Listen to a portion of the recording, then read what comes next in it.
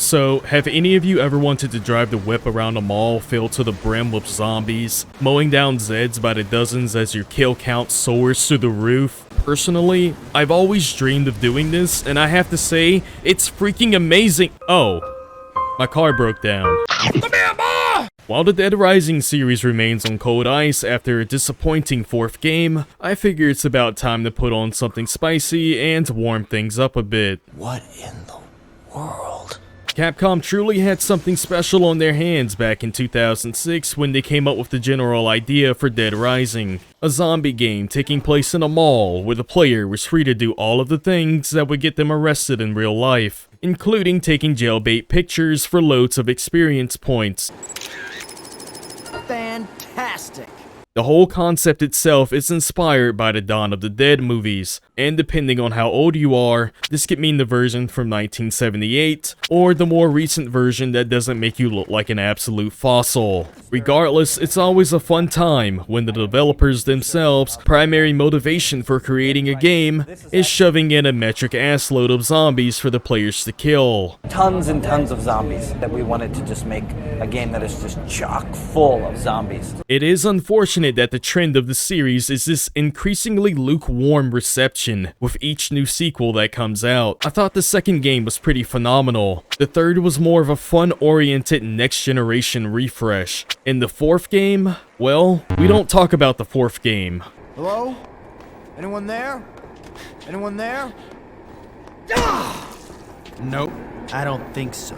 But we're here today talking about the first Dead Rising, which honestly provides more than enough for any fan of the Rising Dead genre. It takes the simple concept of a journalist named Frank West dropping into a mall completely infested by zombies, all in the name of getting the inside scoop. You'll be introduced to government agents trying to contain the outbreak, terrorists who want nothing more than to see the country get eaten alive by zombies, and most sinister of all, a cock-blocking old man. Hey, this is no time to ogle pretty girls, son. Capcom really wanted to immerse the players in Frank's investigative journey as he follows leads and tries to crack the case behind the infection. So Capcom had the ingenious idea of implementing timers into the game. This means that every mission in the game has a time limit before you fail. So now you too can feel the pain of the developers as they had to crunch to get the game released on time. Andale! Come on, pronto! These missions typically involve Frank going from one location and escorting a survivor to another one. Mind you, you're walking through hordes of zombies trying to keep them from being eaten alive, and these guys can't even do a simple 2-foot climb without having their brains shut down on them. If zombies weren't enough of a death sentence for them, then you also have boss fights in the form of completely deranged psychopaths littered all over the mall who also want to rip your faces off. Listen good, partner. I don't allow vandalism in my store!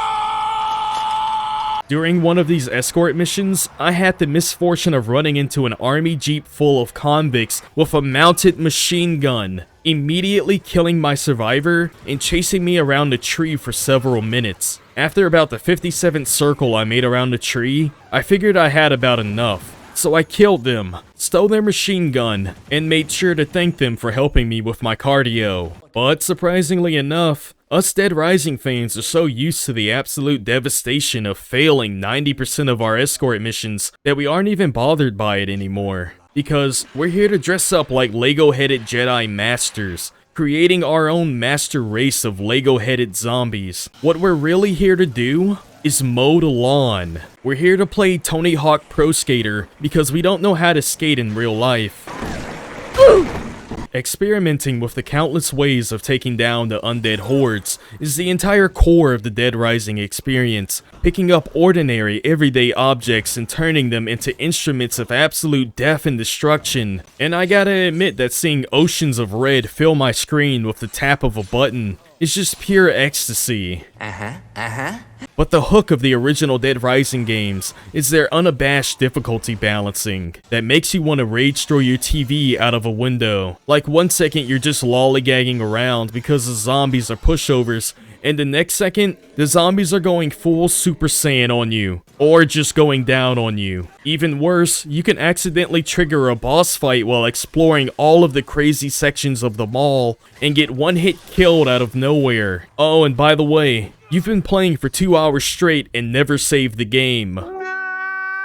This level of challenge is what really elevates Dead Rising above so many other zombie games, because it pushes you to quote-unquote get good. Not in the typical Dark Souls sense where you need skill and reflexes. No, Dead Rising says get smart. The game forces you to play by its own twisted logic. Like, don't run into that horde of zombies blocking your way. Pick up an umbrella and charge right through them. Soccer balls are a man's best friend when in a bind. And water fountains grow submachine guns like a tree grows apples. Dead Rising is all about finding the best ways to complete the job, and no two ways are the same. You'll always be experimenting with items and pushing the boundaries of the game, because you'll have to if you want to survive. Though saving survivors and defeating psychos is mostly optional, you'll still want to throw yourself into these side missions if you want to level up, and ensure that you're ready for the later missions of the game. As a longtime fan of the series, it was fun as hell coming back to this classic game.